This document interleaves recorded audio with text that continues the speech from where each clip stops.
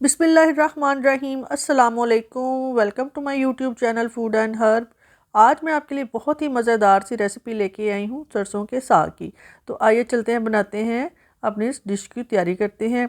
मैंने यहाँ पे साग लिया है, छोटी छोटी बारीक, यानी कि गंदल वाला, मोटी गंदलें नहीं ली, वो मीठा साग बनता है। इस तरह का आपने साग लेना है, हरे हरे फूलों वाला। पीले फूलों वाला जो साग होता है वो ज़रा पक जाता है तो ये बड़ा मज़ेदार बनता है। इस तरह का साग लीजिए और इसको बनाइए। मैं पहले काटने से पहले धोऊंगी कि 2 kg के करीब उसको मैंने धो लिया है पहले ही काटने से। गट्ठी निकाल ली है धो के, और अब दूसरी गट्ठी जो धुला हुआ साग है, इस तरीके से मैं बता रही हूँ, इसको मैंने इस तरह धोया है। अब साग को काटेंगे और काट के इसको फिर हम पकाने के लिए रखेंगे। मोटा मोटा काट लें या बारीक बारीक काट लें, ये आप पे डिपेंड करता है। मैंने यहाँ पे बर्तन ले लिया है साग पकाने के लिए, ज़रा बड़ा सा पतीला लिया है, 1 गिलास पानी मैंने इसमें शामिल किया है। इसको अब मैं पहले बॉयल होने दूंगी। मेरा साग पकाने का तरीक़ाकार ही यही है और बड़ा मज़ेदार बनता है, आप भी ज़रूर इस तरह बनाइएगा। पानी बॉयल हो चुका है, अब मैं इसमें साग शामिल करूँगी। कुछ लोग सारा साग शामिल करके ऊपर से पानी ठंडा डालते हैं, लेकिन मैं इस तरह करती हूँ कि पहले पानी को बॉयल होने देती हूँ और फिर इसमें साग डालती हूँ, ना ही साग नीचे लगता है और मज़ेदार सा बन जाता है। अब साग मैंने डाला है, अब मैं इसमें शामिल करूँगी मेथी। मेथी यहाँ पे मैंने उसके हिसाब से रेशो से सेट की है। 2 किलो साग है और 1 पाव मैंने इसमें मेथी शामिल की है। उसको भी मैंने इसी तरह पहले ही धो लिया था और बाद में काटा है। इसको भी इसमें शामिल करेंगे। मेथी शामिल करने के बाद अब मैं इसमें शामिल करूँगी बाथू। यहाँ मैं बाथू शामिल कर रही हूँ, ये मैंने आधा किलो लिया है, 2 किलो के हिसाब से इसकी ये रेशो है। इसको भी मैंने इस तरह मोटा मोटा काट लिया था और इसको मैं इसमें शामिल कर रही हूँ। मोटे डंठल जो इसके थे वो मैंने निकाल दी हैं पत्तों वाला, और बारीक जो डंडियाँ हैं वो मैंने इसमें शामिल की हैं। इसको शामिल करने के बाद अब मैं इसमें शामिल करूँगी हरा धनिया। धनिया, इनके सारे जो सब्ज़ पत्तों वाली चीज़ें हैं वो मैंने इसमें शामिल की हैं। हरा धनिया भी मैंने तकरीबन आध पाव लिया है। इसको भी इसी तरह धो के पालक में शामिल करूँगी। इसमें पालक मैंने 1 किलो ली थी और इसको भी मैंने इसी तरह पहले से ही धो के कटिंग करके रख लिया था, और वो इसको अब मैं इसमें शामिल करूँगी। जो फ्लेम इसका ऑन है और इसको थोड़ी देर के लिए मैं 5 मिनट के लिए मीडियम फ्लेम पे रखूँगी। अब मैं 4 टेबलस्पून के करीब जो लहसुन है, साबुत लहसुन मैंने इसमें डाल दिया है। 2 प्याज मैं लूँगी मीडियम साइज़ के, वो भी मैंने काटे हैं और वो भी मैं इसमें शामिल कर दूँगी। ये इतना मज़े का साग बनता है कि आप भी इस तरीके से जब बनाएंगे तो आपको भी बहुत पसंद आएगा। 8 से 10 सब्ज़ मिर्चें हैं, वो भी मैंने मोटी मोटी काट के इसमें शामिल कर दी हैं। ये तमाम हरे मसाले शामिल किए हैं। अब इसमें शामिल करूँगी मैं नमक 1 टेबलस्पून के करीब, हल्दी 1 टीस्पून के करीब, और दादड़ मिर्च 2 टेबलस्पून के करीब मैं इसमें शामिल करूँगी। और अब इसको पकने के लिए रख देंगे। अब मैंने इसको ढक्कन दे दिया है। साग को मैं 3 से 4 घंटे के लिए पकने के लिए रख के देती हूँ, लेकिन इसको टाइम टू टाइम उठा के ढक्कन, इसमें चम्मच भी लाना होता है। मैं अब ढक्कन उठा के देख रही हूँ। अब मैं इसमें शामिल करूँगी 2 टेबलस्पून के करीब अदरक, जिसको मैंने दरदरा सा कूट लिया था, और 1 पाव के करीब मैं इसमें शामिल करूँगी मक्खन। अब तकरीबन हाफ़ टाइम गुजर चुका है, यानी कि 2 घंटे गुजर चुके हैं। इसके बाद मज़ीद मैं 1 घंटा इसको पकाऊंगी। इसी तरह से इनको अच्छी तरह से इसमें शामिल करूंगी, और शामिल जैसे मैंने कर दिया है, अच्छी तरह से चम्मच की मदद से इसमें अच्छी तरह मिक्स करूंगी। और यहाँ पे इसका जो जायका है अदरक का, बहुत ही मज़ेदार सा लगता है।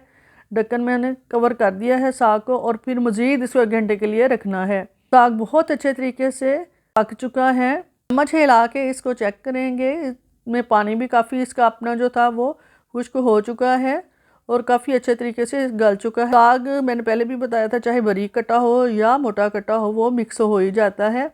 अब मैं आपको दिखा रही हूँ चम्मच की मदद से कि साग कितने अच्छे तरीके से गल चुका है, क्योंकि 3 घंटे हो चुके हैं साग को पकते हुए। और इसको मैंने धीमी आंच पे, जिसको दम वाली आंच कहते हैं, उसमें इसको पकने के लिए रखा था।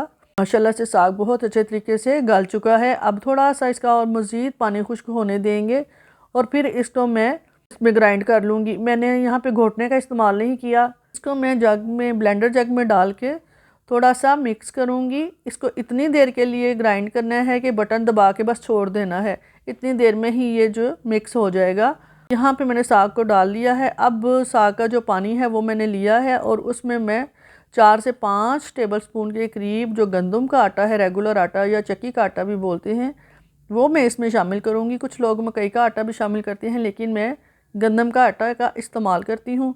वो डाल के मैं इसको 1 मिनट के लिए ब्लेंड कर लूँगी। ब्लेंड मैंने इसको कर लिया है। साग को ऊपर पकने के लिए दोबारा से रख दिया है, क्योंकि इसको साथ साथ पकाते जाना है और साथ ही मैंने इसमें शामिल करना है जो मैंने आटा ब्लेंड किया है साग वाले पानी में, वो भी मैंने इसमें शामिल कर देना है।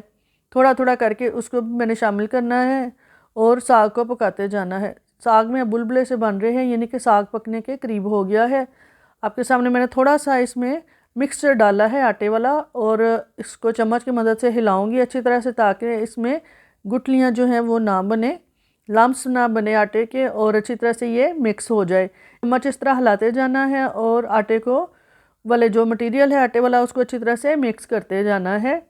मैं दोबारा से थोड़ा सा और बाकी का जो मटेरियल है वो भी इसमें शामिल करूँगी और इसको मिक्स कर लूँगी। अगर आपको ज़रूरत पड़े, आप समझते हैं, तो 1 या 2 चम्मच मज़ीद इस्तेमाल कर सकते हैं या कम भी कर सकते हैं, लेकिन मेरी ये मुकम्मल परफेक्ट रेशो है, इसी हिसाब से मैंने इसमें आटे का इस्तेमाल किया है। और अब इसको अच्छी तरह से मिक्स कर लूँगी।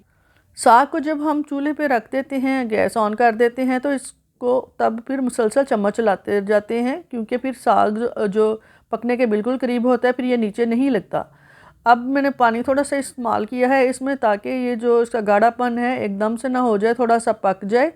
इसमें जो आटे का मटीरियल है वो मज़ीद थोड़ा सा पक जाए और थोड़ा थोड़ा पतला भी हो जाए। और इस तरह जब ये पकेगा तो पकते पकते ये थोड़ा सा गाढ़ा भी होने लग जाएगा, इसलिए मैंने थोड़े से पानी का इस्तेमाल किया है, तकरीबन 1 कप के करीब।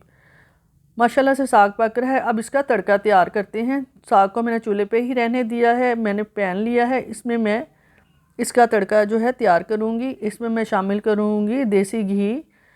तो ज़्यादातर साग में घी और मक्खन का ही इस्तेमाल किया जाता है। आप अपने ज़ौक़ के हिसाब से ऑयल या वेजिटेबल ऑयल जो है वो इस्तेमाल कर सकते हैं। घी मैंने शामिल कर दिया है और उसको भी मैंने गैस पे चढ़ा दिया है, फ्लेम ऑन कर लिया है। इसको गर्म होने देना है। घी गर्म हो रहा है अच्छे तरीके से, बिल्कुल अच्छी तरह से मेल्ट हो चुका है। अदरक डाला है, अदरक को मैंने बारीक बारीक जूलियन स्टाइल में काट लिया था।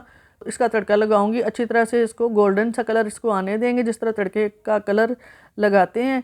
और जब जब ज़रूरत पड़ी उतना निकालेंगे साग और साथ उसका तड़का लगा लेंगे।